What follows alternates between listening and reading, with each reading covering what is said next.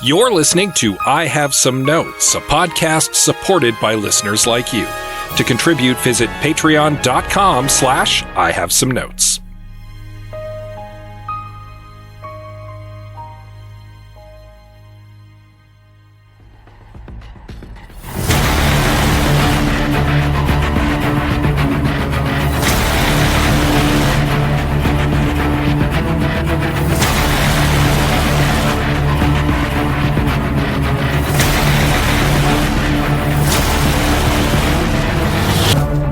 Welcome, everyone, to I Have Some Notes, Side Notes edition. We are going to discuss the movie viewing experience and how, in recent times, it has gotten much, much worse. Or has it? We discuss. I'm Liam Creswick. I'm Scott C. Bourgeois. And I'm Greg Beaver. It has. And I say that because I'm the one who brought this idea to the table. And Greg has opinions. Yeah. Well, it all started when I was watching, I think it was the Corridor Crew. I often do, like, I'm just washing dishes, listening to the Corridor Crew do their thing about special effects or whatever.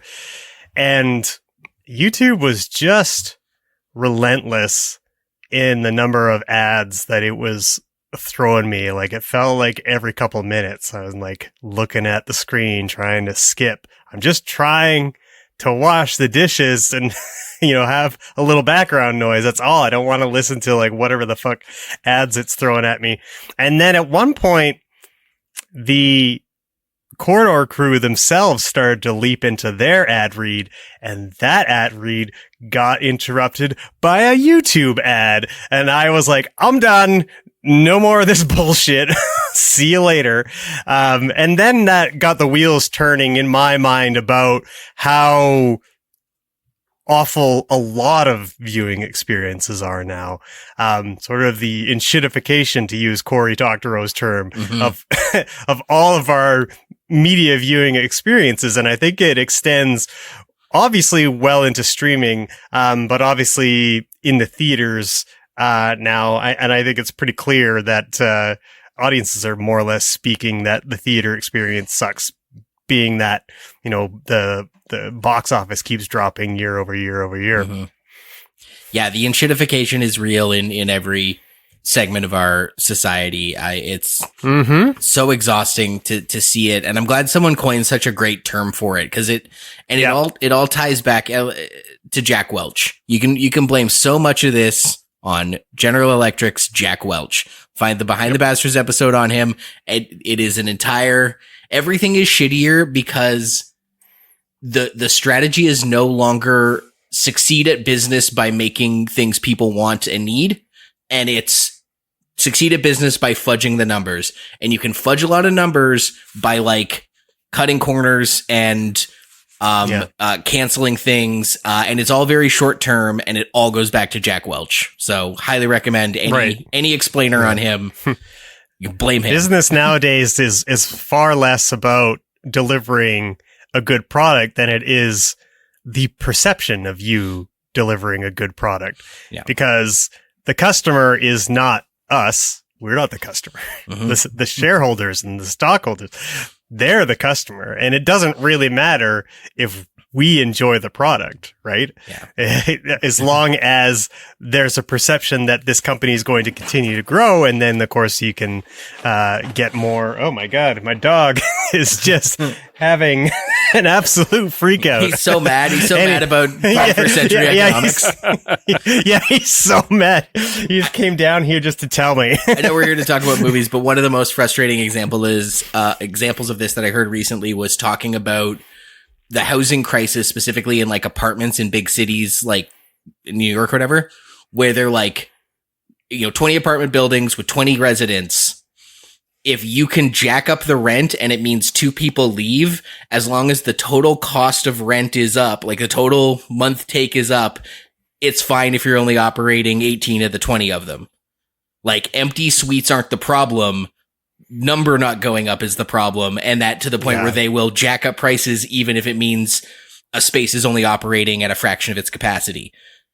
And that's apply that to everything, including movies and TV.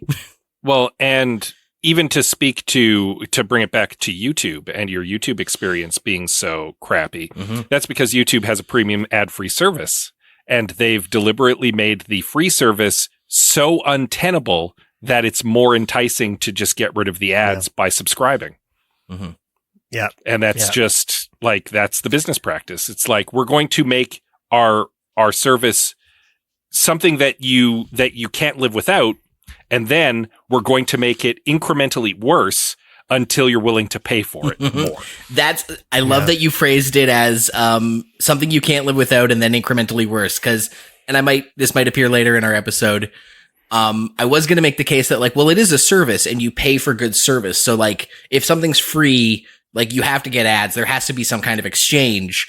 But you're right. That's been the tech sector's big play, is the disrupt model. Like, it's what Uber did, where it's like, go in and make cheap ride sharing a thing. And then when cabs are a thing of the past, jack up the price. And YouTube did the same thing. It revolutionized video on the internet, and then is now charging you for this thing that was once free because you've already adopted it. We're all adopters now. Yeah, and the other reason that they're doing that is because, or they're able to do that, is because of the mantra of moving fast and break things, right? The technology moves so quickly that governments, even if they were good governments, and there aren't very many of those, can't keep up to the amount of regulation that's needed to keep these companies in check. And all these companies know that very well. And if I may drop another name that is equally responsible for where we're at, that would be Milton Friedman of the Chicago School of Economics, who his doctrine was essentially just ruthless, unfettered capitalism. And he believed that any attempt to take care of your customers in an empathetic way was a waste of your money and a disservice to your shareholders. That was his particular view. And he was a very disgusting man. So he also very, responsible for where we're at. There's probably many other voices we can speak to about, like, who have driven us to this point. But we are not economists. We're barely film theorists. So we're going to air some of our grievances with the viewing experience in this year of our Lord 2025, but also, so it's not a bunch of old men complaining, suggest some fixes and adjustments and mindful actions you can take to hopefully take back some of that positive experience. So let's get into it, shall we? We're going to start this first half here talking about trouble at home, the home viewing experience. Specifically starting with the idea of just the quality. Greg? Yeah, I made the switch over to some of the Canadian streamers when, the tariff thing started going crazy and it became necessary to eliminate as many American companies from my consumer diet as possible.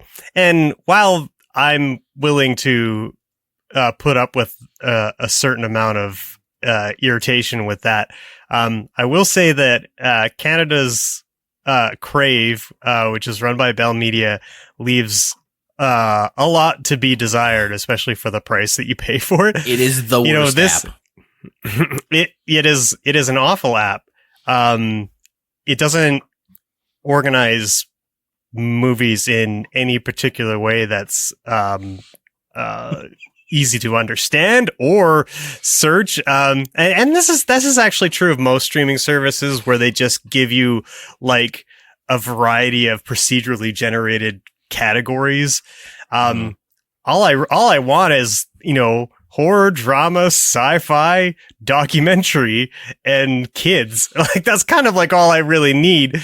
And yet I get like, because you watch this, and the one that really gets me all the time is the one that's, like, critically acclaimed, and, like, often it's critically acclaimed according to, like, Netflix or whatever, which is like, I don't know, the people who are hitting the thumbs up the Netflix app are I think they're universally stupid. I'm sorry. But yeah, like the Crave brings it to a whole new level. And the other issue is that it continually signs you out almost every day. Sometimes it feels like anytime you switch to a new like when I go from my PlayStation up to my TV upstairs and then to my laptop or whatever, like every time I'm moving to a new computer, it seems like I've got to re-log in. And on top of all that, the streaming quality is extremely dubious. There's a wide variety of resolutions that you seem to get on Crave. And there's a lot of compression artifacting, and that's not just Crave's problem. Like every streamer has this issue and to a certain extent I understand it, just because, you know, they're sending all this data over a very long distances, and it has to be compressed, but it does really ruin certain movies, especially movies that are largely in the dark. And that's where you can see that blocky banding that goes on in the blacks. It's frustrating because we had good, high quality media at one point, you know, like Blu-rays were sort of like the zenith of getting excellent quality. And I'm sure if Robin Taylor would be here, he would be encouraging us all to buy as much physical media as possible. And that's fair, although I really can't afford it. Well, hey guys, I've fixed for those two things, but I want to go back to dunking on Crave specifically. I have never had the sign out thing, but I have had two problems with Crave that have happened. Randomly, it will just be in French. And like, there's not a, and then like they didn't, it's not like I clicked on the French one by accident. I did that on Hoopla recently. Kudos to Hoopla for having both options readily available. My mistake on Hoopla, but Crave, it's fully random French. And also, my partner likes to have the subtitles on. A lot of the times the subtitles are shit. Specifically, I don't know about other television programs, but Last Week Tonight, we just have to turn the subtitles off because it'll just be like pound signs and question marks at some point. Like they're non-functional. So. Right. They're probably AI generated and having a hard time parsing John Oliver's accent. Probably. Or like maybe with clapping or something in the background of it. Like he's saying something, but there's clapping. Yeah. Right. Yeah. The interesting thing to me with Crave and other streaming services that are these big, major streaming services with a lot of content that a lot of people are signed up for is Canopy. Canopy is this weird counterpoint to all of them because it's free with your library card. And Canopy is easy to search. Everything's well categorized. The subtitles are all excellent. The viewing quality is good. Canopy is a great service. Dude, you got me hip to Canopy. It boggles Canopy. my mind. And it boggles my mind that these much larger streaming services can't do as well as the library's streaming service. Like that blows my mind. It just shows where their priorities are, and their priorities are not on making a user-friendly experience. Yeah, totally. More on Canopy later. So yeah, I guess the only real, so you're right. The quality, the data coming through, it's got to get compressed. Other than making that something we demand in customer service surveys, or maybe just straight up voting with your dollar and pulling the plug, the short-term fix is, as Robin Taylor would say, buy physical media. And Greg, you said, I can't really afford that. It can be a bit hit or miss, but Amanda and I have been doing this thing where anytime we go to a thrift shop, we take a pass through the DVD bin and see if there's any like little gems. Yeah, I do that too. I absolutely hit all the old DVDs whenever I'm at a Goodwill or a Value Village or something. So, See, my issue with that would be that there's no guarantee when you buy a DVD that it's going to be of serviceable quality. It was $3. We all know what happened. Yes, sure. That's fair. I've spent more on coffee. My iced coffees cost 2 DVDs. So even if one of them yeah, that's fair. And there's more plastic in the iced coffee.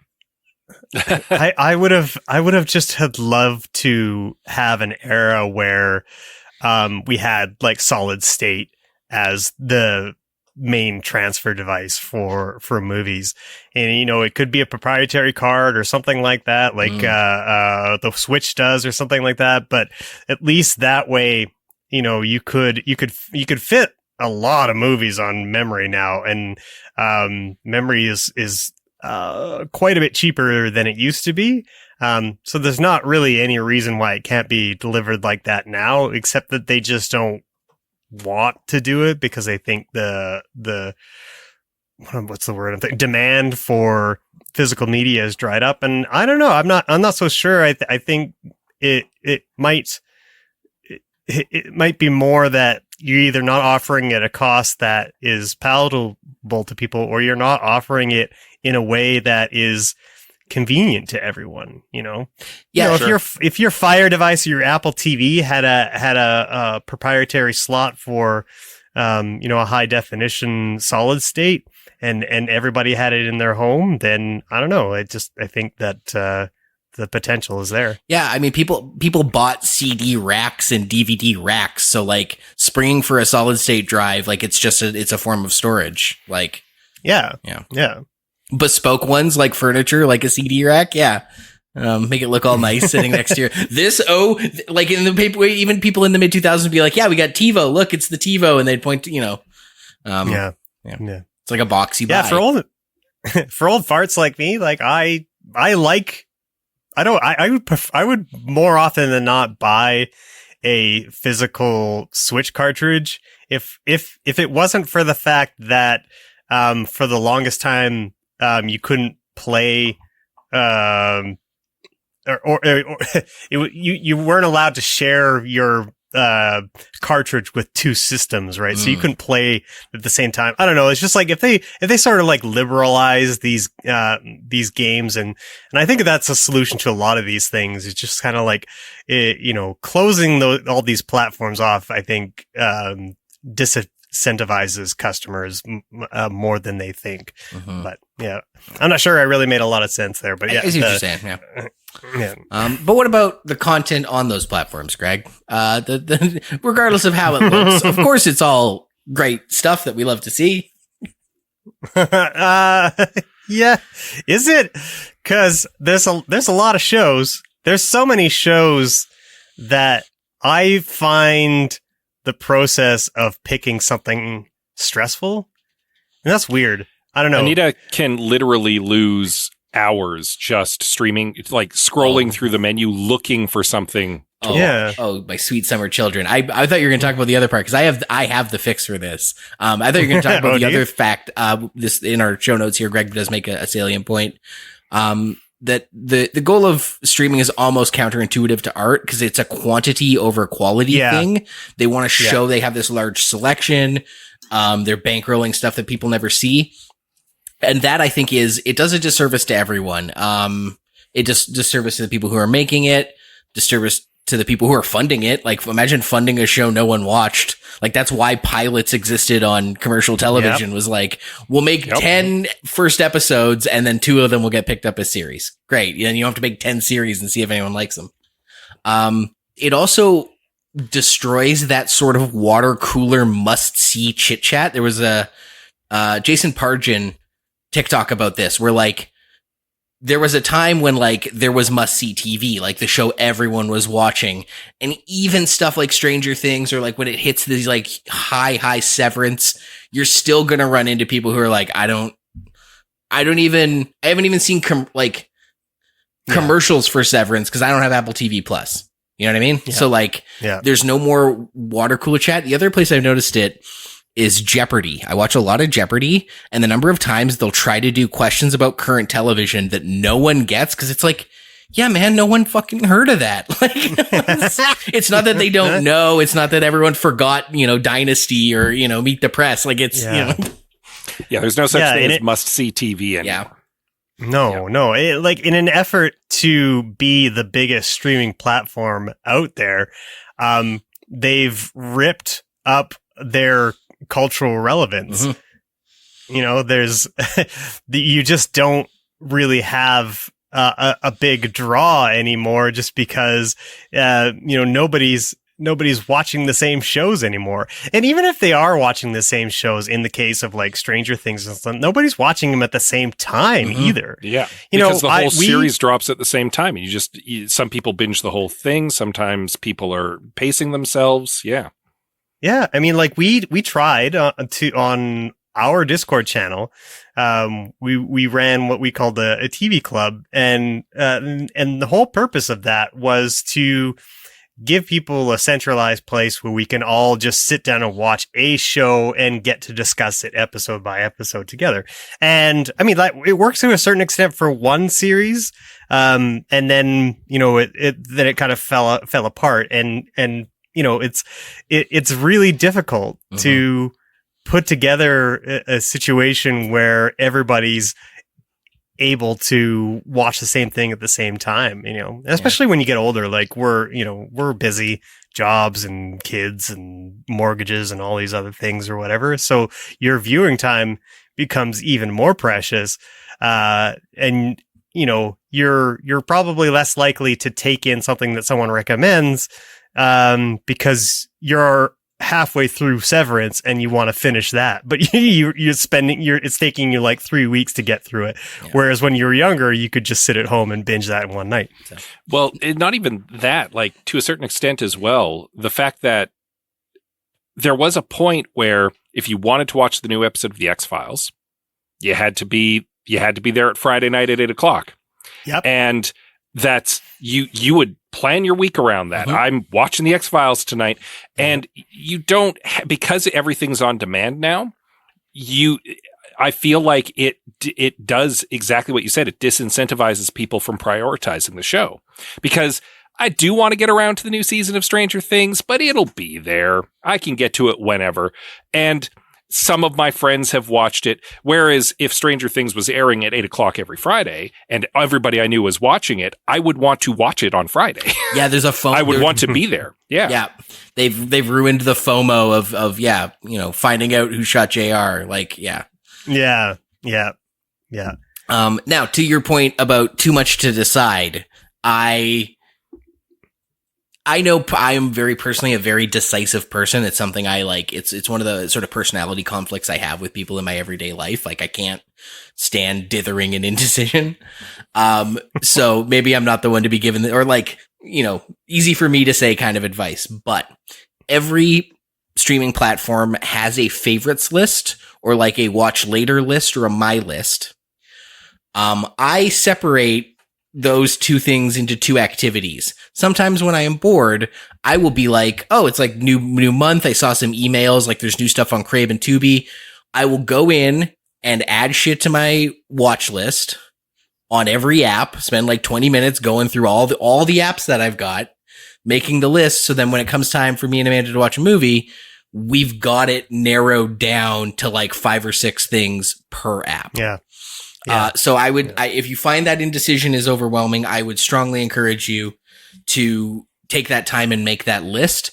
The alternative to the watch list is also something Amanda and I do, is a spreadsheet. We have a little, not only do we have a very cute romantic thing where we're coming up on 4 years together. 4 years, 3 documents, this Google Doc of every movie we've ever watched together, which is very sweet and romantic and cool. But off to the side, we also have a list of like, oh, I heard about this. I want to watch it and I want to forget about it. Kind of like the Letterboxd watch list, but it's for kind of both of us. Like, oh, I want to watch this one with Amanda. And so we've always got like 6 to 10 movies on our little Google Doc that we know we want to watch. We started watching Taste of Things before we recorded this. It's been on the list for a while. That made our decision nice and easy. So, if you find you get lost in the channel flipping kind of funk, I would highly recommend set aside half an hour, make up your watch lists and narrow your decision time down for next time. Yeah, I think that's pretty good advice. It's kind of a solution in spite of the shittiness of the platforms themselves, where they're all running off of recommended engines, which tend to show you the same thing every time you log in. And one thing I always found with Netflix is that if I went through their search, I would find that there were a lot of movies that the recommendation engine would never show me. You know, and because it's just trying to guess and really, like, none of these algorithms are not quite as smart, I think, as people tend to give them credit for, and really they just end up showing you a lot of the same garbage over and over. You can make them smarter by having things on your list. It pulls information from the list, so that's like, you're right. It is a solution to, like you said, in spite of this, but also the alternative is, like, have you ever tried to find a movie on Disney Plus? It sorts it alphabetically. It's unhinged. Like, you don't, like, they've got it. I mean, even old video stores had a new release wall, and then they'll, you know, like, they've got there's posters in the window, like, you know, give them a little more credit. They're not deliberately hiding shit from you. They're just trying to, you know. No, I mean, they're not, but, like, their goal is to put, I don't know, like, they just want you on the platform as long as possible. And I'm not even sure that they necessarily care if you, because as long as you're on the platform, you're not moving over to somewhere, like, whether you're watching something or not. And I'm like, a lot of people just put on Netflix just as background noise, and they're aware of that too, right? And that's counted in their metrics. These wild download and watch hour metrics that they put out there that are all basically bullshit. It's the reason why a lot of the Netflix original movies have characters deliberately stating exactly what they're doing on the screen all the time. Right. Is because they know that their target audience is probably scrolling through their phone or cooking dinner or whatever and listening to the show or the movie in the background. Yeah, and I suppose there's that part of it to consider too, is that people like us are not necessarily Netflix's target audience. I have to remind myself that all the time. The idea, like, when people, a comedian I used to work with named Claire Belford had a great joke, or I can't remember if it was a joke or just something she said offhand, but she said she watched an episode of some reality show about repossessing cars. She watched the whole thing without looking at her phone, and she felt like she did a good job. Like, like, I paid full attention to the dumb reality show I was watching, and I am not that guy. I hyper focus on whatever I'm watching. There are things I put on in the background, like podcasts and shit, or like, I multitap. But movies or TV, I'm either watching it or I'm not. Yeah, YouTube is usually my go-to background noise thing. It's not usually the streaming platforms, but when I am watching a show, like, or a movie, I'm always very deliberate about it. So, like, I put my phone away and I pay full attention. Yeah, which I think we're the minority. I don't have the ability to multitask like that. Like, Erin will be doing like 3 things at the same time and still manage to absorb the movie. I don't really know how she manages to do that. Yeah. But of course, the only things we see are the ones, once you've made your decision, of course, you're only going to see what you want to see, and they're not shoving advertising down your throat, making you watch a bunch of bullshit ads you don't want to pay attention to. Greg, your thoughts on the advertising in the home viewing experience? Yeah, I mean, it's really quite frustrating. I had the ad version of Crave for a while, and that was not sustainable for a lot of different reasons. Like, one, the ad breaks are not optimized for whatever it is you're watching. So very often your show or movie is likely being interrupted in the most inopportune way, either at the height of a dramatic moment, often mid dialogue, which really just drives me absolutely up the wall. This baffles me so much because this is a technology that existed on cable for generations. Like, I watched many a movie on Spike TV in the day when they had their endless Bond-a-thons and stuff. And the ad breaks were there, but they never like broke the flow of the movie. Yeah. They were at like act breaks. There was a space for an ad to drop in. And it was designed to not be disruptive. And now when you're watching like a free streaming service, it's just like someone will be mid-sentence and an ad will drop right in. And it's like, how are you so bad at this? Yeah. It's what you're saying at the beginning where they want to incentivize, like they want to make a miserable free experience. So you pay for the premium one. To that end, this might be an unpopular opinion. This is my big hot take for this episode. But anytime you're getting something for free, you are the product, not the customer. So that's the advert. You're listening to the terrestrial radio. You have to hear radio ads for used car lots. That's how they pay their bills.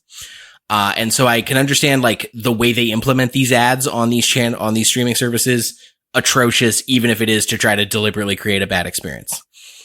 However, this ties into the cost overall of paying for streaming at home. I had this like people always complain about the cost of streaming services. They're like, oh, there's too many of them. Once they all add up, it's, $15 for each of them. Oh my God, it's so much money. And I've been hearing that pretty much for the last 10 years, the era of streaming. And I don't disagree. But I have a very vivid memory of being in either late junior high, early high school in early 2000s.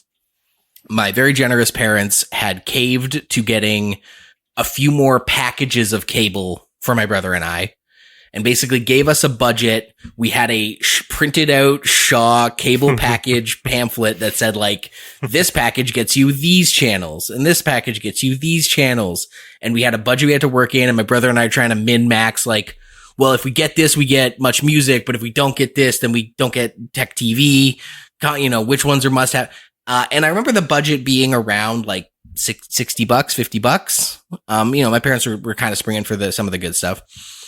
And all three of us, we used to work at Rogers Video. Yes, at some point or another. Do you guys remember the price of a new release rental? Oh, yeah. What, the year you worked? What do you remember? It was not cheap. It was probably around $10. I actually did some research. It was about 5 to 7 for new release rentals. That sounds right. Yeah. I was in the ballpark. Yeah. And so I went and looked before this conversation at the price of cable TV in Canada. And the numbers I found an article from 2009 and an article from 2014. 2009 average price of cable, $50 in Canada. 2014, $53.56. And then I found a chart from the US that went all the way back to the 90s that sort of corroborated those numbers. Mm-hmm. So hypothetically, let's say you spend $50 a month on cable circa 2007, right? And you're getting 4 $5 blockbusters, Rogers Video rentals a month, one a weekend. So 4 new release movies at the video store at $50 a month for cable. That's $75. For $75, you can get the $19 subscription to Netflix, the $22 subscription to Crave with HBO, and then 3 of the 4 following: Disney Plus, Apple TV Plus, Amazon, or YouTube Premium for about $75. So is the price of everything too much and we live in capitalist hell? Yes. But as it relates to slop 100 channel cable that nobody watches, and if you blink you miss it, if you're not home at 8 o'clock to watch even Buffy reruns, you're missing it, versus literally every major streaming service, the price hasn't actually changed. So Greg, I'm sorry, but you just need to spring for YouTube Premium. You just need to spring. Okay. You get Apple Music for free. I love I'm more than happy to give Google $12 a month for YouTube Premium and YouTube Music. Suck it up. Okay, so two things about that. And like I have thought about this as well. The first, the cable era sucked too. Yes. Yes. They were ripping us off as well. Everything's a rip off all over. That's not the, yeah. I think if we take movies, television, pricing in a vacuum and we compare them 1-to-1, then I think you're basically right. Like the price is comparable when you're adding all these streaming services on top of, it's similar to how the cable ones worked. The difference now, though, is that your entertainment budget is not relegated to just those platforms, because you're paying every month. You just mentioned Apple Music. That's part of your entertainment budget. You might be paying for a PlayStation subscription, a Nintendo subscription. You might be paying monthly for a game that you really like. There's, and then to say nothing of all of the other services that want and need your money, whether they're independent creators who you want to give money to, or any number of news services that also desperately need our money, way more so than any Netflix does. So when you consider all of that, the reality is that while back then, during cable, the value of entertainment might have been like that, the value of entertainment now is less. I don't agree, because you just listed, your Apple Music subscription and supporting the news. People in the cable area bought CDs and subscribed to the newspaper. Those are separate. Those are separate costs. But the thing about, I do agree with costs. What's that? They're more controlled costs, and we'll get into this later. But like those are easier. The opt-in is different. Whereas like you might subscribe to a service for a year, and sometimes you might forget about it and not use it at all, but you're still paying monthly for it because, well, I don't know, maybe I'll use it. You don't think people forgot about magazine subscriptions? It's a quick aside. Sure. The other thing, magazines and cable are subscriptions that you pay for that are full of ads. YouTube Premium, no ads. Crave Premium, no ads. Cable still had ads in it. So, you're the one. Basically, the one thing. Not all. Like HBO didn't. That's fair. Yeah, but that was also that was premium cable. The thing I did like you saying though was the creators you want to support, because at the list I made, the point I was trying to make was like Netflix, Crave, Disney, Apple, Amazon, and YouTube Premium are kind of the big ones, right? There's Shudder, there's the reality TV one, there's Crunchyroll. Those are like the big ones for the same price we were paying for cable. If you just did Netflix and Crave, then that is how you can sign up for Dropout TV or give I Have Some Notes Patreon money, your favorite podcast. So I guess I disagree with you and most people who bemoan the cost of streaming services. It's not any worse than it's ever been. I don't think the value is less. In fact, I think the value is more. I think in terms of being, as someone who deliberately watches movies, knowing that for the same price my parents were paying for cable, I can watch whatever I want, whenever I want. That's worth the same thing my parents were paying for cable. Is it all overpriced? Is it all a pain in the ass to have to pay for and a value squeeze at every era of time? Yes. I'm not trying to defend overcharging all the time, but I'm just saying I really don't think. I think the value of streaming services as it applies to access to content has never been better. I just wish that value would be returned to the people making that art. Because the money you're paying is all going to the mega corporations, and pennies, maybe, are going to the people actually producing the art. And I would much prefer to be able to do what Greg was talking about, directly contribute to the creators that are making art that resonates with me. Unfortunately, I can't crowdfund everything that I'd like to see because I'm not a multimillionaire. Because supporting Google and Apple and Netflix, you're just lining the pockets of shareholders. You're not actually supporting the artists who are putting in the work that they're profiting off of. Yeah. Well, I have good news for you, Scott, because I think that I can kind of solve this problem for streaming services. And I'm not going to lie. When I started writing this fix for the streaming services, I kind of had this moment where I was like, I did it. I got it. This is it. Everybody should be doing this. And the idea came from, I'm a graphic designer. I'm on, all of the stock sites, Shutterstock and all those types of stuff, Adobe stock. And the way that those work often, they have subscription models too, but you can buy a block of credits and then you get to apply those credits that never expire to whatever stock asset that you need. Now, what if we apply that to streaming services where you don't subscribe monthly, you buy a block of credits, and each credit is good for a single episode or a single movie.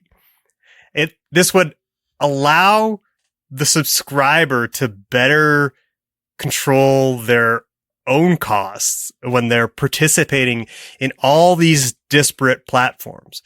So that if you buy a block from Netflix, you might say it's in a block of 10 or something like that. And then that you've got that sitting there waiting. And then the barrier to entry of another platform like Crave, Tubi, whatever else, someone's got something that you want to watch on those. Okay, well, you know what? I can spring for a block there, and whatever I don't use, maybe I'll get to watch a movie there down the road.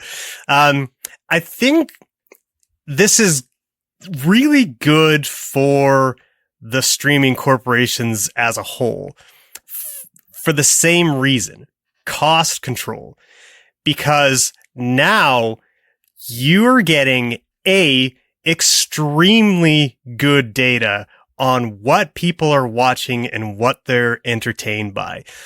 No longer are you just trying to collect a bunch of views, which a view can be anything from like someone flipping it on for 5 minutes or watching the whole thing. Who knows? And they also count hours watched, which is also highly dubious and bad data because that could include those 5 minutes that people turned it on and then flicked it off. And some people have their automatic, they have their Netflix set to automatically start the next show. Mm-hmm. So it's not active viewing. This is extremely active viewing, which is great for them because now they know which shows people are opting into and which shows they are not opting into, so they don't have to waste any of their money producing television that nobody is watching. No longer do you have to spend $300 million or whatever the fuck it was on the electric state or, some sort of Zack Schneider diarrhea.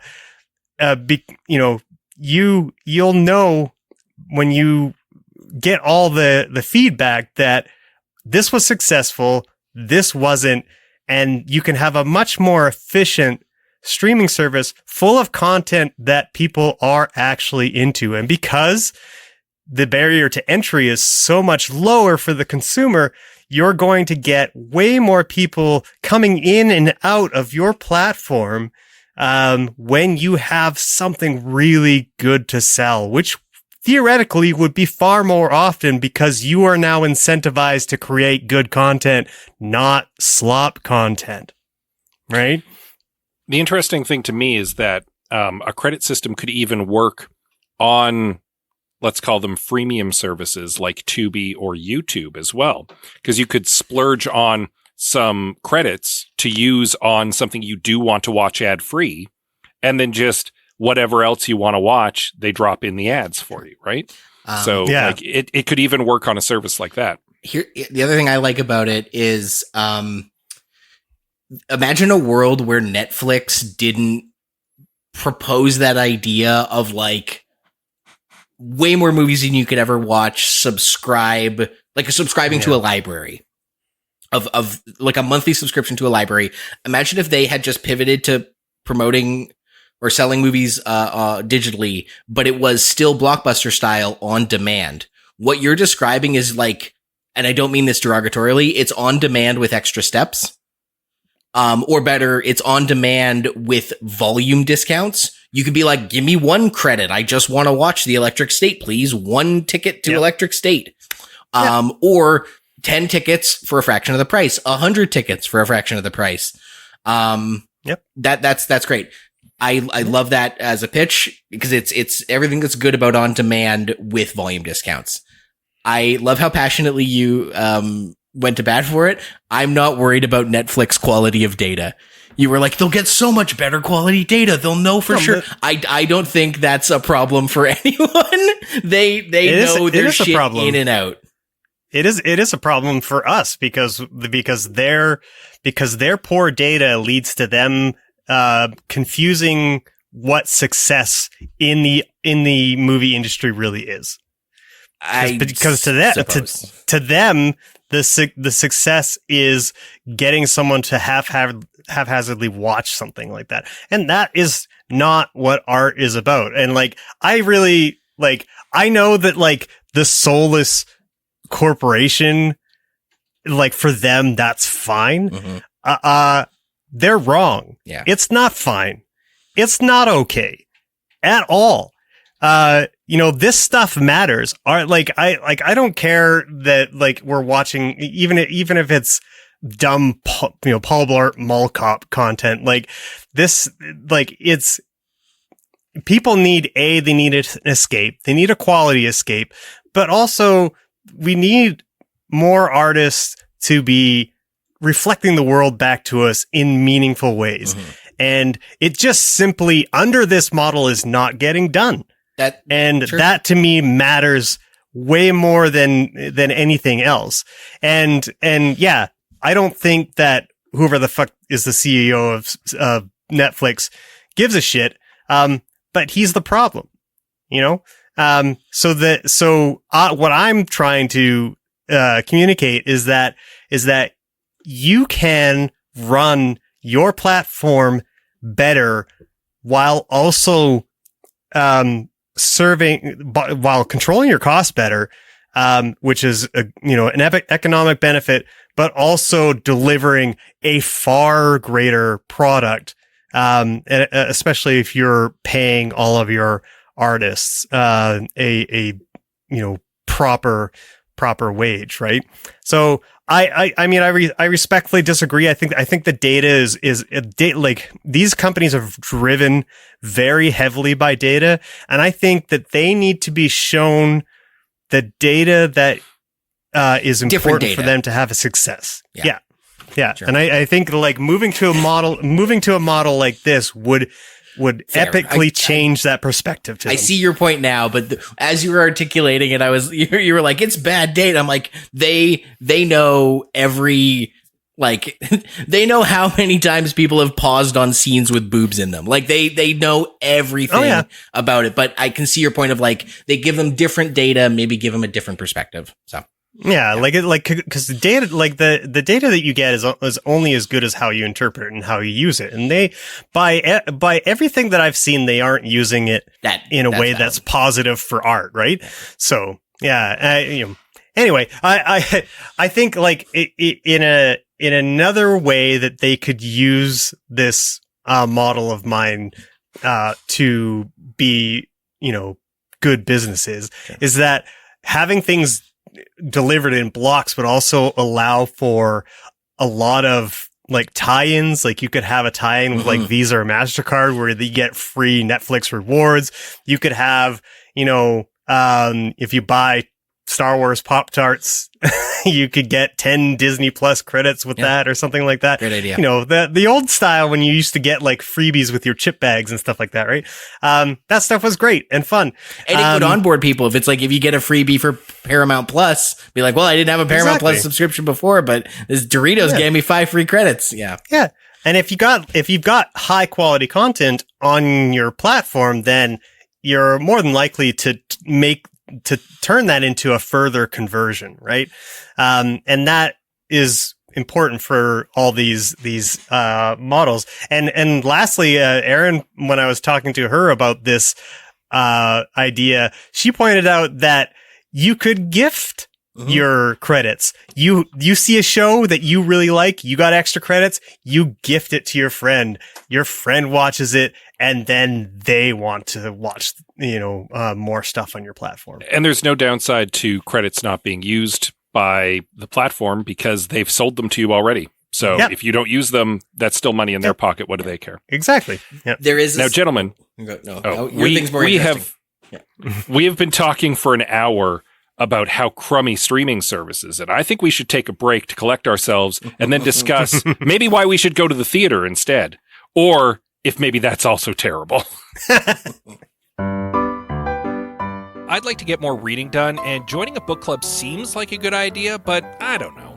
Why not? Reading a whole book in a month, that's pretty daunting. What if it was just a chapter, say a week? That doesn't sound too bad. Still, getting together with a bunch of people, that's a whole evening. Well, what if it was only half an hour, whenever you wanted to? That would be great. The Read Along, a mini book club for your ears. Join my wife, Anita, and my husband, Scott, as we take you on a journey through a good book, one chapter at a time. Available right now on your podcatcher of choice.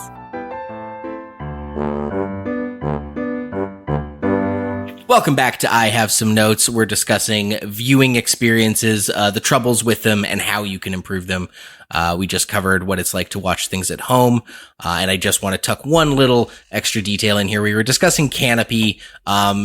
Scott promoted it. I will tell anyone who'll listen about Canopy. It is, you get it through your local library. Scott, there's also one called Hoopla through the Edmonton Public Library. I highly recommend you check out because it gets I do have that as well. So many new indie movies, like way sooner than anyone else. I've watched so much like new release stuff that I missed at the local indie theater on that. And then you combine it with Tubi and CBC Gem here in Canada. Those are 4 free streaming services. 2 of them have ads, but plenty of content just with those 4. So. Yeah. But off to the theater we go. We're the same sort of thing. The quality of what's in the theater. They still make movies. Hollywood's cranking them out. What are we seeing in the theaters quality wise? I don't know about you guys, but I find the projection quality to vary wildly from theater company to theater company.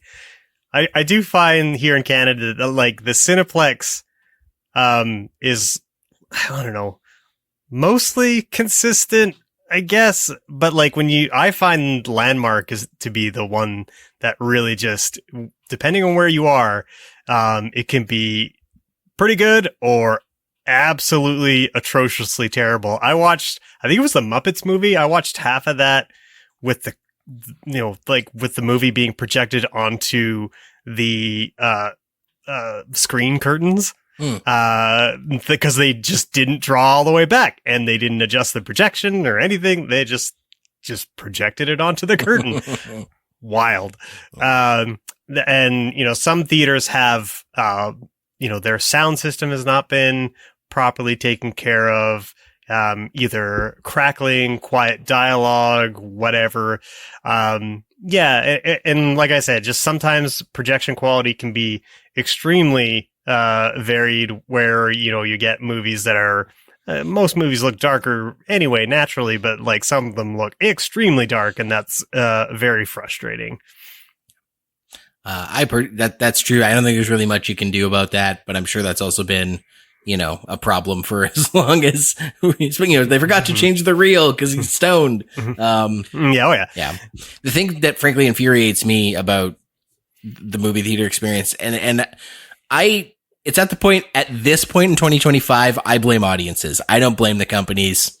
I blame audiences. The fact that we are still making 3D movies and that 3D is an option is infuriating to me. If you're one of those people who has paid to see a 3D movie since COVID, purposefully, yeah. What are you doing? I don't want to. You're a nice listener. I don't want to say mean things about you, but that infuriates me. Thinking you might be out there. I don't. As a person who wears glasses, I can't imagine anything less pleasant than putting on a second pair of sunglasses in a dark theater. Yeah. Yeah. 3D has almost always sucked. I think there's maybe like a handful of movies that have done it well. And even then, I would have preferred to have watched it just 2D. Straight 2D. Yeah. But again, they're still making them. I'm pretty sure Thunderbolts, when we went and saw that, we had to pick the non 3D version, 4 screens 3D, one non. Who's going to these? Like, who are these people watching 3D movies? Please, people, stop paying them for them so they stop putting them in. Infuriating. Yeah. The environmentalist in me is like, these things should be outlawed. Such a tremendous waste of plastic, to just like have all I know they get recycled, but they say they get recycled, but we all know that corporations lie. Mm-hmm. And I kind of doubt that like the recycle process on those things is particularly good. So it like waste of resources, and the product is a gimmick at best.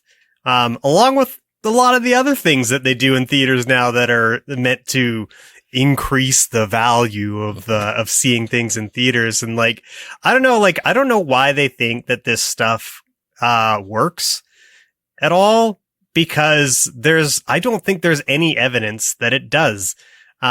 Sure. Like, I think we all tried out the living room theater type stuff when they were trotting them out, just because it was a different way to experience a movie, but it was also intensely expensive. I'm certainly not going to be going to that, couch theater every single time. Because it would break my bank pretty hard.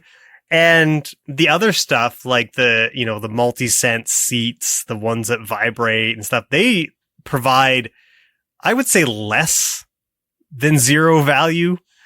I've been in those D-box seats. I've not been in any situation where I felt like I enjoyed the movie more because of it. And at the end of the day, the box office is still dropping. Mm-hmm. So like, these things aren't doing you any good other than to cost you money, because you're paying a lot for all these seats. But also you're passing that on to us, making the price way higher, and us going, I can't afford that. Certainly not every weekend. I'm not going to the theater. That's just how it is, right? It used to be that when you go to the theater, you could see a movie for anywhere from $5 to $10. And we used to just go to the theater we wouldn't even know what we were going to see. We're just like, we're going to go to the theater. We'll see something, right? Who does that? Nobody does that anymore. There was a time, at least here in Edmonton, where you could go and see second run movies at a theater for $1. Mm-hmm. The stuff that was no longer new release, that you could just go and see it for $1 at the dollar theater. And I don't know that there's a single dollar theater left in the city. No. No, I don't think so. One of the value added things you had mentioned, Greg, was the in theater food service. Yeah. I like, there's so many layers to that I do not want, but also layers to it that I do want. Do I like the idea of being able to get a beer and chicken fingers and fries in a movie theater? Yes, that's rad as hell. There should be beer in movie theaters. That's just awesome. Do I don't want table service. Like, I don't want someone to bring me my meal like a waiter to a like my chair at the movie, especially because the foods, forget the price. Movie theater food is expensive, whatever.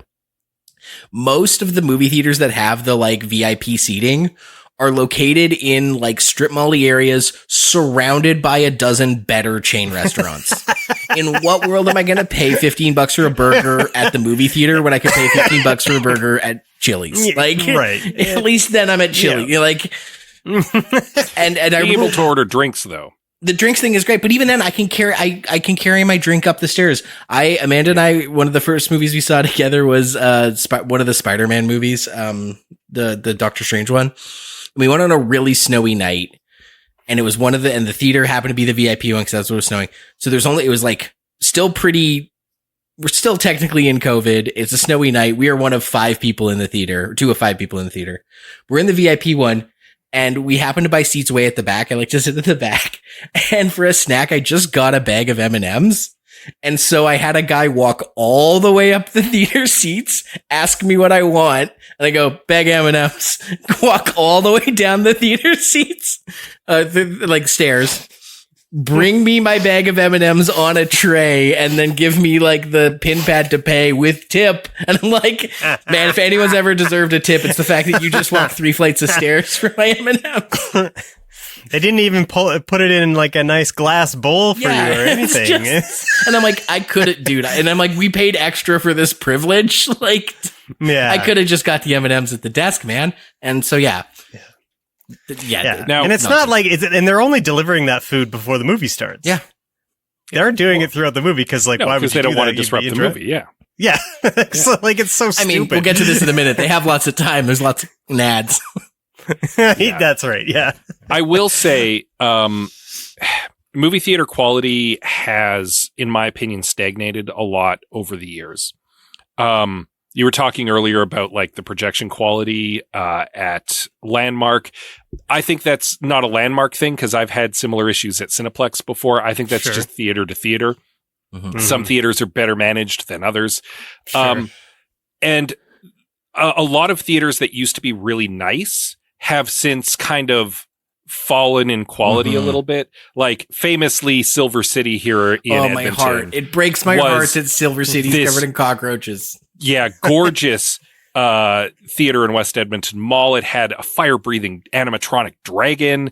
Like it was a huge deal when it opened. And now it is real cesspool. It's real bad. It's probably the grossest Cineplex in Edmonton.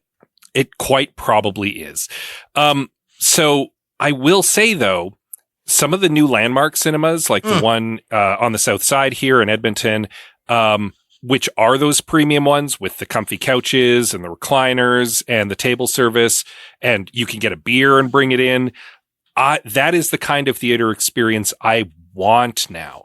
When I go, I want to be very comfortable. I want to be in a nice theater. I want to be able to have a drink. Like, I actually am willing to shell out a little more to go to the cinema for a premium experience because I so rarely have the opportunity to go nowadays anyway. So, like, I'll take it. I'll take that. I think one of the things that they would probably behoove to do, because like obviously they're still having trouble selling a lot of tickets, and I would say that like you gotta steam that. You know, their philosophy was everybody has a price they'll pay for a game.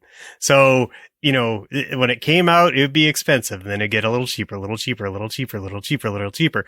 And movies, I feel like, should be the same way. If you want to recoup the most money possible, and you want them to stick in the theater for as long as possible, then you should probably do that. You should probably, make opening night the most expensive. If it does well, you keep it at the same rate. And then if it doesn't, then you lower the cost of entry just so that you can get as many people in there as possible. They'd have to work that out with studios. I know from when I was in school. 100%. Yeah. The way ticket, like the percentage they get on opening weekend versus the percentage they get 4 weekends later is a whole thing. But fellas, I have a great suggestion for you. And Scott, it's sort of almost, I love that you were like, I'm willing to pay extra because I get to go to the theater so often. And I love that. And I think that does speak to like, we're not just 3 curmudgeon-y old men complaining that things used to cost less. we'll pay for services if they're worth it. I feel YouTube Premium is worth it, and I'm happy to pay it. You feel I feel that the fancy landmark in Tamarack is worth it. Yeah. However, would you like to go back to paying just a couple bucks to watch a random movie? Who knows what you're going to see? Every major metropolitan theater or metropolitan city in North America has an indie theater. Friends, please go support your indie theater. If you're here in Edmonton, please go to the Metro Cinema. I actually looked it up. I went to just since last August, because Amanda and I keep record of all the movies we see. I went to the theater 20 times. 12 of them were at Metro. Oh, wow. Metro's good value. It's good value. It's not expensive. They do play classic movies, so it's a great opportunity to see something old on the big screen. I saw Psycho at Metro. I saw and not my first viewing of it. I'd seen it before, but seeing it on the big screen was tremendous. The first time I watched my favorite movie, Seven Samurai, was at the Metro on the big screen. It was life-changing. Support indie theaters. They are not a dying breed yet, but they're not exactly swimming in it. So every couple bucks that you spend there helps them out. Yeah. Absolutely. And it obviously depends on who's curating them, but I know like the Rio Theater in Vancouver, same thing. They also, you can see first run movies. Like it's a couple weeks out and it's on Crave now, but Sinners is playing at Metro either this week or last week. Mm-hmm. So like, it's not like it's just a bunch of, niche foreign films for weird nerds like me and old movies for nostalgic people. Like they or midnight showings of Rocky Horror. Yeah, exactly. They show a great breadth of things, and I check the Metro calendar consistently and make plans to go. And I think if you, and also the quality of the audience is better too. You're less likely to get, the kind of ghouls that turn Cineplex into a gross cesspool aren't going to Metro because they're wiping their greasy fingers all over the seats at Cineplex. So, and to that end, you can also follow them on Letterboxd. Yep. You can follow Metro Cinema on Letterboxd, and that's how I learn, because they'll give a little review or whatever of one of the movies that's coming up, which is a great way of doing things. And it's very probable, if you're not local to us and able to support Metro, that you can find similar things for your local indie playhouse, and you should absolutely go and support them as well. So, and in that same vein, about seeing, being able to go see something, hey, let's just go to the theater, see what's playing, finding new things, finding a good viewing experience. We haven't really talked about having to share spaces with, chatty idiots. I'm sure we will. Your local film festival is another one. So of those 20 times I went to the theater since last August, 5 of them were to see film festival films. And they were some of the great experiences. And sometimes, like, I got free tickets to one of them just because they were trying to fill seats, and I kind of couldn't believe that, like, here's this film festival, like, trying so hard to bring this, like, really beautiful curated list of films. The Edmonton International Film Festival is great, but I'm actually talking about Northwest Fest. They clearly were, like, passionate about what they were doing, and they basically couldn't give tickets away. I know, because I was one of the people they gave tickets away to. And so I really implore people, find your film festivals as well and support those, because you're just gonna, if you're disenfranchised with the theater going experience, skip the 3D superhero movies and start with some weird French film at a film festival at your local indie theater. You might surprise yourself. The other thing that's nice about those is that the filmmakers are often there, and you get to like have a chat with them, and like there isn't a person more appreciative of the audience than indie filmmakers that are just happy that someone showed up to their film and saw it. Yeah, and just to go back to Liam's point there, about being disillusioned with the film going experience, indie theaters are a great way to rediscover a love of film. Because, as I said, like, even just go and rewatch something you've seen before, or something you've only ever seen on DVD or on TV on the big screen with a crowd, it can completely recontextualize the film for you, and it can make you fall in love with the movie all over again. Because there really is nothing like watching a movie on the big screen. It's an experience that sadly is kind of dying, and it makes me sad. because I feel like that's film fundamentally is partly about spectacle, and you just don't get that on your TV box, no matter how big your TV is, sitting on your couch in your living room. You get it with a group of people in a dark room on a giant screen. That's where you get the real movie experience.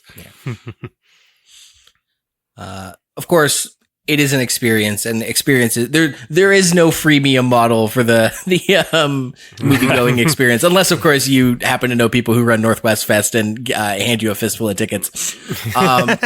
So to that end, Scott and Greg, what are your thoughts on both advertising and cost of the theater going experience? How is it bad, and how can we improve it? I'm torn. I'm of two minds when it comes to ads at the beginning of movies, because on the one hand, yes, there's like a half hour of ads before movies. It's tedious. A lot of people have started just kind of like working that into their movie going experience. They know they can show up 15 minutes late and they'll just be missing a bunch of ads. Not a big deal. And especially now that you don't have to stand in line to get a good seat because you're just paying for you get to pick your seat. Who cares? So it's easy to avoid. And I understand, because theaters are struggling, they need that ad revenue. Like I get it from a fiscal perspective, why they're doing it. It is tedious. I'll grant it is a pain in the butt. It is boring. And I'll grant that at least sometimes you get some interesting ads. At the very least, they try to movie theater it up for you, which I appreciate a little bit. Greg's face, yeah. So you've been It's talking no about Super Bowl ad, but yeah. No. See what you're trying to say. Yeah. I think it's just sad that there's not trailers anymore. Yeah, not as much. And I miss that. Yeah. We used to play a game when we'd go to the movie where we'd try to guess how many trailers would be before the movie. And the numbers have been diminishing. I've gone to like new release movies recently where there's been 27 minutes of ads, one trailer, and we're into the movie. And it's just like, oh, I was kind of expecting like 3 or 4 there. Like, do you think, much like when you go see a comedy show and you get to see an opening act and then the headliner, that the lack of trailers, and the deluge of advertising affects the experience at all? Like, does it not like get you in the right mindset to see a cool movie? Trailers are little movies, and trailers replaced cartoons before the movie. You know, I'm not old enough to remember when they just played random, 10-minute cartoons before movies. But apparently that was a thing. And then we got trailers. Now we don't even get trailers. So yeah, the opening act is a good way to phrase it. Yeah. Looney Tunes was originally what you'd watch before the movie. Right.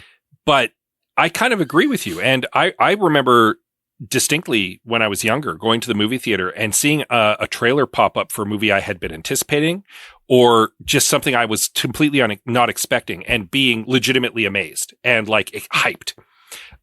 Like gripping my friend's arm, like, oh my God, can you believe we're seeing this trailer right now? Like it was an exciting thing. And it absolutely, I agree. It built up your excitement to watch the movie that you were actually there to see as well. Like it was, in a way, the opening act to the movie you were seeing. Yeah. Yeah. And sometimes you would go see a movie just because there was a highly anticipated trailer attached to that movie. They used to advertise that like, this trailer is playing before this movie, and you're like, I guess I gotta go see that movie because that trailer is something I have to see. And like, you're right, Liam, that they're little tiny mini movies. And I miss the experience of that. The mystery of what kind of trailer you're gonna see, the surprise when you would see a brand new trailer in the theater that you weren't expecting. It was awesome. And yes, this is me being an old turd who's like, it was better back in my day. But it legitimately, like, some things in the past were legitimately better. Yeah. And I think that is definitely one of them. I think in terms of actionable fixes for this one, all I can really suggest is next time you go to a movie, note what time the ticket starts, and then note what time the actual movie starts playing, and then use that to better plan your time next time. Yeah. I also just give yourself 15 minutes. Yeah. 15 minutes is a pretty safe buffer. Go to the bathroom, get your snacks, take your time getting in there. Especially that nonsense because even the pre-show, like even before the commercials that like used to be trailers, now there's commercials where there's trailers, but then there's also the whole pre-show bullshit thing. Which is also just commercials, basically. Just commercials. Yeah. I make a point of having a conversation with the people I am with instead of looking at those, because it's so easy to just kind of get sucked into it. In a way that I have to like deliberately be like, no, I'm going to talk over this. I am not going. It is a giant screen on the wall that I am facing, and I'm going to not give it my attention. I'm going to take attention away from it to the people I am with. And I don't like talking in a movie. Don't talk over movies. I'll talk over ads. I'll laugh at ads. I'll say stuff over ads. I'm not. Nobody's going to care about the ads. Yeah. No. Make it fun for yourself. Best what you can do. I would say that those pre-show things, like how insipid they are now, is like to an extra level. Like they are. I don't know if like the production quality isn't low, but like they talk down to the people in the theater in a way I find like really insulting and annoying. And I can't stand it. It's they drive me nuts. So unfortunately, as costs and ads go, I don't know that we have too much. Oh, actually, I do have this is a very niche Canadian one, and I'll try to keep it brief. But I haven't paid to go to Cineplex in years. Scene points, you get them when you shop. If you have a Scotiabank card, you get them. I don't bank with Scotiabank, but you get them for shopping at Safeway, which is where I get my groceries. But furthermore, Amanda and I have this racket. You go and buy a Safeway gift card at the AMA. So if you have it, you guys have AMA? You guys AMA members? Yep. We have one yes, one no. Go to the AMA store, buy a gift card for Safeway or anywhere, frankly. You'll get money back off the next purchase of your AMA card. So next year's AMA subscription is cheaper if you buy stuff at the AMA store. But the stuff you can buy at the AMA store is a grocery gift card where you're going to buy groceries anyway. You got to buy groceries, so you get it on a gift card. Until eventually you do that enough times and you keep refilling that gift card. Because once you do it once, you can just refill it online. You keep saving money on your AMA subscription until you've paid off your AMA subscription for next year. Then that money starts getting banked. You can spend it on other things at the AMA store, including groceries. So now you're getting a $250 gift card for $240. That's my little AMA scam. That's what Amanda and I do. It works great. And then we always, because we're always at Safeway, we get the scene points and we hoard the scene points, and I haven't paid to go to Cineplex in ages. So you be a weird points nerd and get your spreadsheet out. That's the only real way you're going to save money at the theater. So it's a real Adam Sandler pudding cup in Punch Drunk Love situation I've got going on. But anyway, but all of this to say, Greg, Scott, one of the things that makes movies good is watching it with a group of people. How do you feel about the communal viewing experience? Maybe the loss of it. Yeah, I kind of discussed it previously when we were talking about seeing movies at the Metro and experiencing movies with a group in the dark on the big screen. I think that's something that is streaming can never really replicate that adequately, in my opinion. It is something you only really get at the theater. One of my favorite experiences at a movie theater, no joke, was going to see Snakes on a Plane. Mm-hmm. Say what you will about the movie. We knew what we were in for when we went. We knew full well the quality of the movie, but we were going for a fun time. We went and saw a midnight movie on opening weekend. The theater was packed. And my friends, it was packed with the people who were exactly like us, who were there for one reason and knew exactly what they were in for. It was like watching Rocky Horror Picture Show at a midnight viewing at Metro. Like, the crowd was rowdy, but in the fun way. Everyone was having a great time. It made the movie. The movie would have been terrible if it hadn't been for a crowd of people counting down with the snake bomb and cheering when it went off. Like, that was the experience I had. And it could never have happened at home. Mm-hmm. There's no way that I would have enjoyed that movie as much as I did with that crowd in any other context. And it's just a magical moment. Seeing Avengers Endgame, say what you will about the quality of that movie, but seeing it on opening weekend in a full audience was huge. That elevated the movie from like mediocre to quite good. Simply because you're there with people who are excited to be there and are cheering at like the cool moments, and like you don't get that if you're not in a crowd. If you're not in a crowd of strangers who are all laser focused on the same thing and having the exact same experience as you. I remember when Cap picked up the Thor's hammer and the theater lost their damn minds. It was amazing. And to that end, and I think I might have talked about this on the show before, but I went to Attack of the Clones, of all movies, opening night, and that movie's not great, but opening night with a whole bunch of super jazzed Star Wars fans was legitimately like a super good time. There were people dressed up, running up and down the halls with their lightsabers. When Yoda walked in to fight Count Dooku, like the roar of that theater was close to like an Oilers playoff game.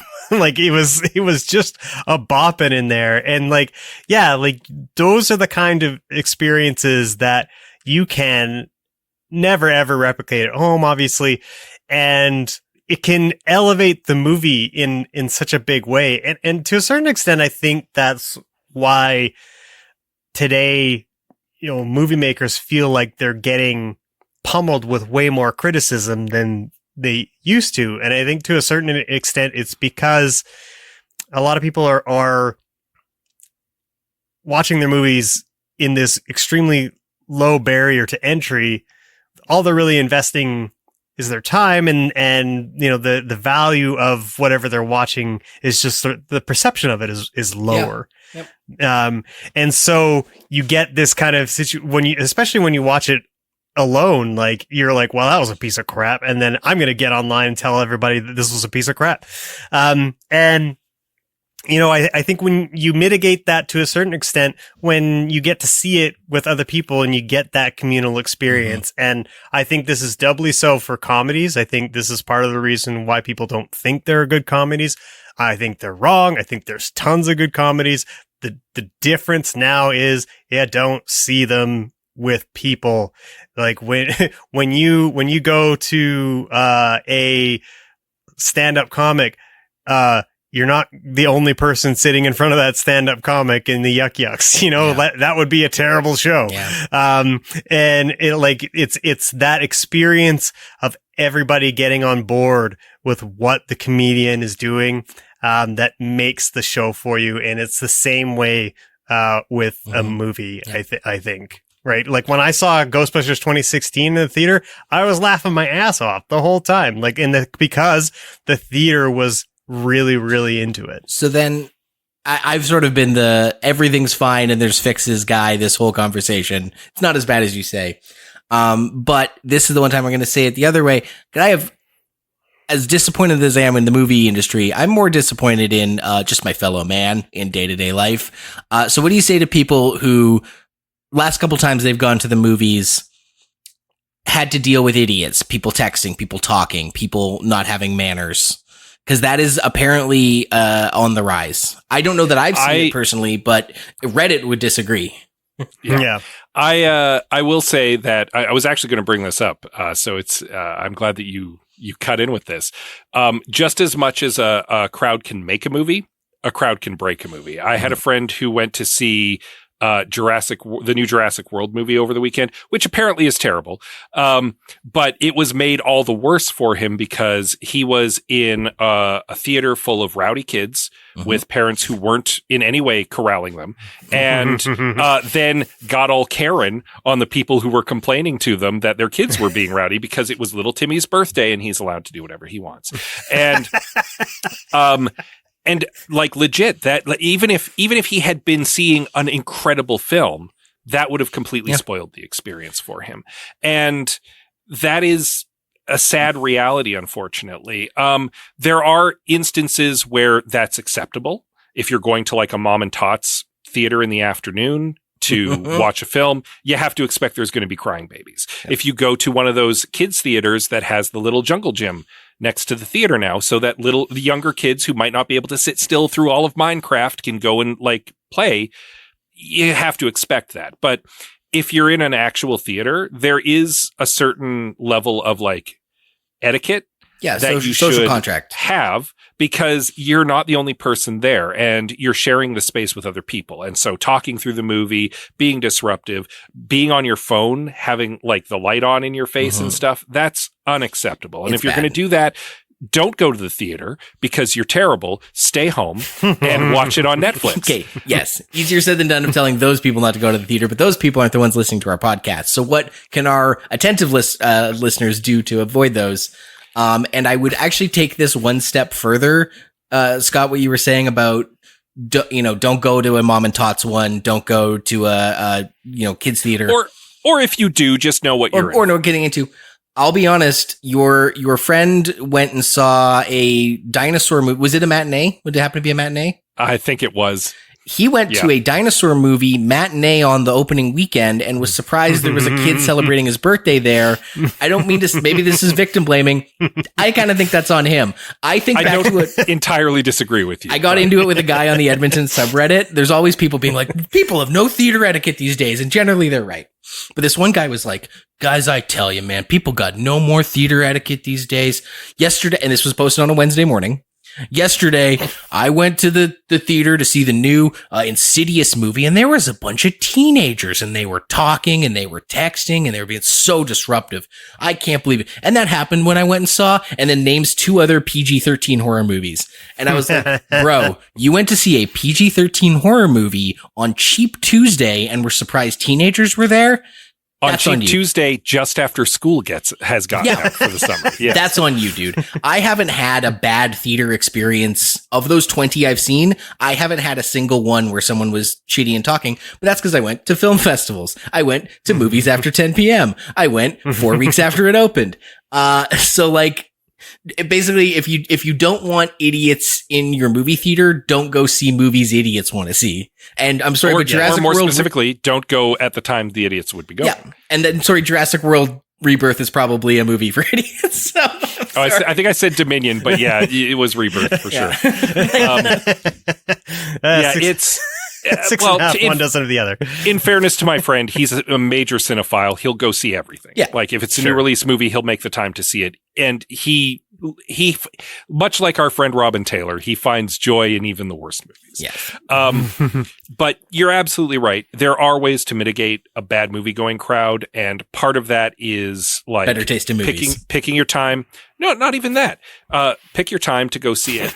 Know when the majority of people are going to. The majority of the people that you might want to avoid at the theater are going to try to go and see a film. If you don't want a lot of kids in your movie, go see it later.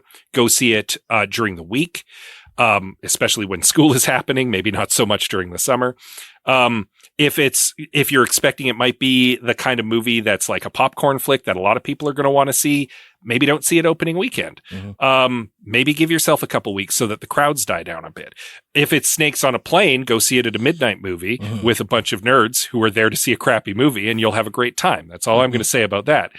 But yeah, you're absolutely right. There is... You can pick your spot. Yeah, pick your battles. I guess is the best way to put it. And there are ways to mitigate a bad crowd by just knowing when those people might go to see a movie. Yeah. So. Yeah, for sure. And again, it's not an excuse for them. They shouldn't behave that way. But absolutely not. No. But like, what are you going to, I already scream myself hoarse at people who line up badly, try to get off elevators when people are trying to get on. I'm so glad I don't take the LRT anymore. When I was LRT guy, I was losing my mind at like social contract etiquette. That I just like movie theaters. I'm like, you guys don't know how to queue. Yeah. So I've had to like, I'm already get mad enough at public transit. I let movie theaters. I'm like, this one's on me. This one. Yeah. So, yeah. But speaking of huge groups of nerds, it's fun to watch movies with. We had some listener comments, and we're going to hit you with those now. Thank you to everyone who contributed. Bogo Load says, honestly, I generally love the theatrical experience when I go. I just don't go very often because it's an hour one way to the nearest place that does any closed captioning devices or captioning devices. Yeah. This is a comment. I want to say Tack also mentioned something about this on a comment on Blue Sky, literally while we were recording, that he doesn't have a decent movie theater near to him. And that's becoming more and more of a thing. There was a time when there were a lot of theaters in Edmonton, and they are becoming more and more rare. Just as old ones close down, not many of them are opening up. And you start ending up with large pockets in the city where people have to go further and further to go and get a theater experience. There's only one indie house that I can think of off the top of my head in town currently playing, because I think the Princess is still still kind of in the air. That's true in a lot of places. And there are a lot of small towns now as well, where they used to have a theater, like a little movie theater that you could go to and see a couple new releases, which have closed down because they weren't making money. And now people have to drive like to the city to go and see a movie. And that's sad. That's unfortunate, but it's true. I appreciate the comment about the captioning devices, because accessibility is also a factor in going to see films, both access to the theater itself and then access once you're in the place. I know I actually requested the map at Metro to find out which seats have slightly bigger butts than other seats. So if you go to Metro, they do have a map. They'll tell you which ones have seats to accommodate bigger butts. So, accessibility is important in so many ways. Indeed. Friend of the show, Robin Taylor, has a whole top 10 list of tips. Real Letterman style. Yeah. So his first note is stop going to Cineplex. Yeah. Ironically, not a problem if you aren't Canadian. The only place that Liam will go, because he can go for free. It's the only place I don't pay to go. Fair enough. You put me on the spot now. Of the 20 I've seen, 12 were at Metro, 4 were at Cineplex, 3 were at Landmark. There you go. So he did go and pay the premium for the Landmark seats from time to time. He says, number 2, only watch 10 a.m. or earlier screenings. He adds, serious people watch movies at that time. That's not a bad go, actually. A lot of people will not go and see the really early or the really late movies. So seeing them very early or very late, a good time to avoid a bad crowd.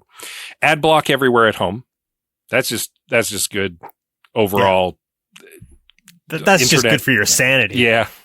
Number 4, stop using recommendations. Clear your watch history data and curate your own stuff. This is basically what Liam was saying earlier. Never click or hover anything that you don't intend to watch. Number 5, cancel anything you're not using. If you haven't used it. Wait. Never hover? That's going to be extremely difficult. I realize why he said that, but that'd be your mouse is all over the place all the time. Yeah, a lot of the services will count you hovering as showing interest and might start showing you more stuff that you might be interested in. So that's a fair point. Number 5, as I mentioned, cancel anything you aren't using.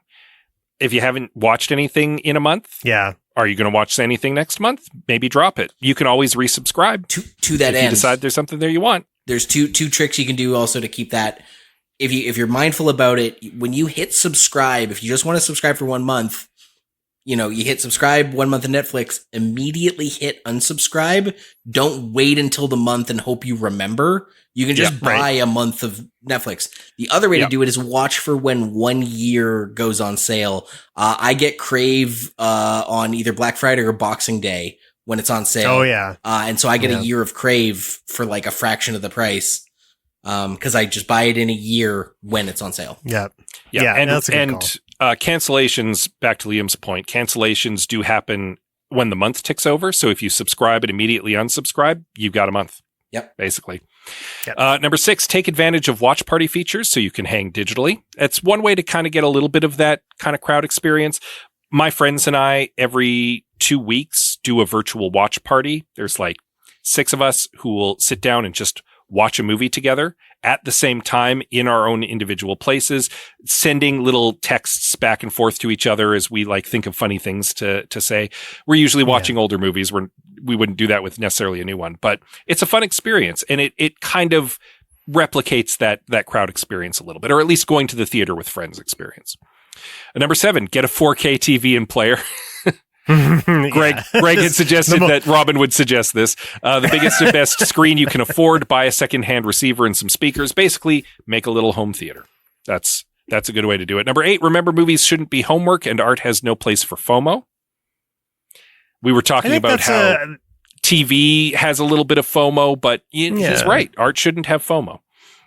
Yeah, you shouldn't worry. Like, I feel like I fight this a lot where I'm just like, oh, I haven't seen this and that. And like a lot of them are, really challenging movies that I need to be in the right place for, but I kind of like mentally punish myself a little bit for not watching them and like, I'm not good enough of a cinephile. Yeah. And I shouldn't. Number 8, use justwatch.com to figure out where something is available and pick up the best source. Apple TV, he says, looks the best. And number 10, spend more time on older films. And that speaks to going to the indies.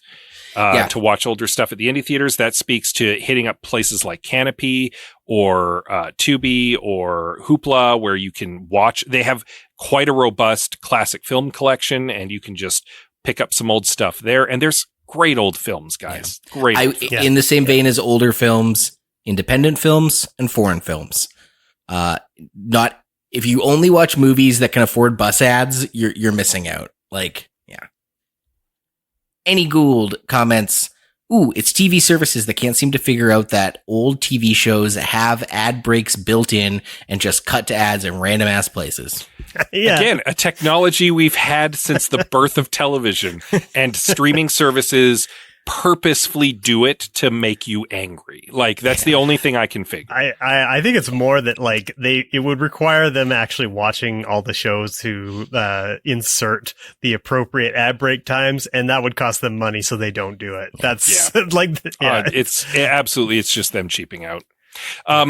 We were talking, it might have even been in a different episode. We were talking about me complaining about YouTube dropping in ads randomly, and then going over to, I want to say it was Tubi, actually, and also having some ad breaks, but the ads were dropped in a very old school TV style fashion. They were dropped in a natural place. They weren't interrupting anything.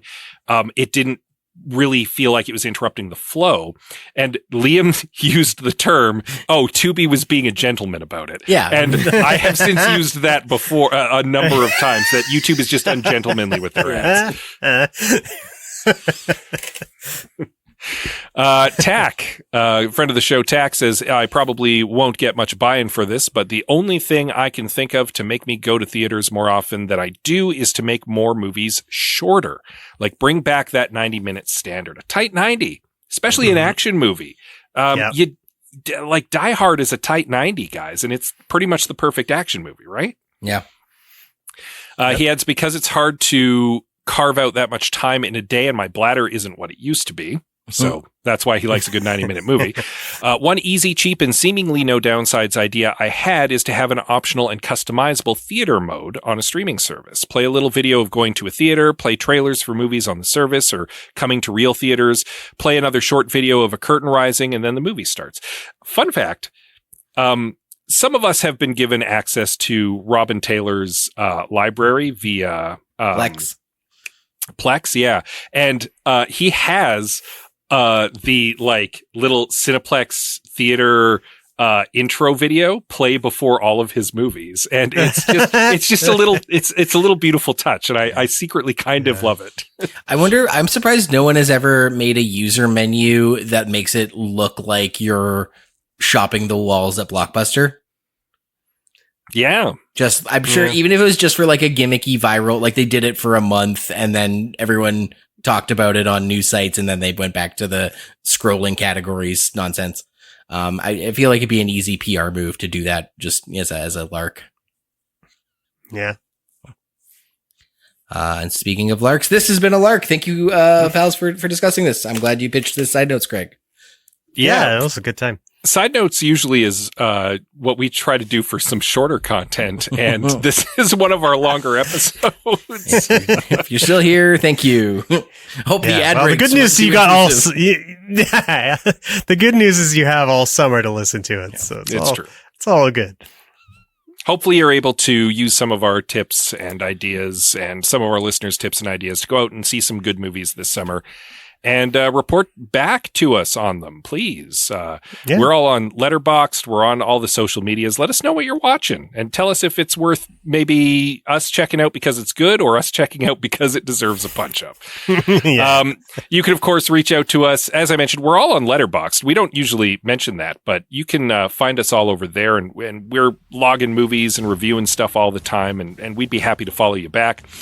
For social media, of course, we're at ihavesomenotes.bsky.social over on Blue Sky, where I Have Some Notes pod on Instagram, where I Have Some Notes on Facebook.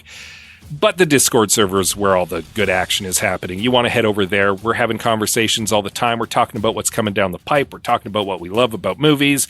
We're talking about TV shows. We'll talk about whatever. Just talk to us about it. You can find the link to join that right now in the profile of any of our social media accounts or at ihavesomenotes.com. And one last thing, please do give us a little rating and review on your podcatcher of choice, because that does help us out a little bit.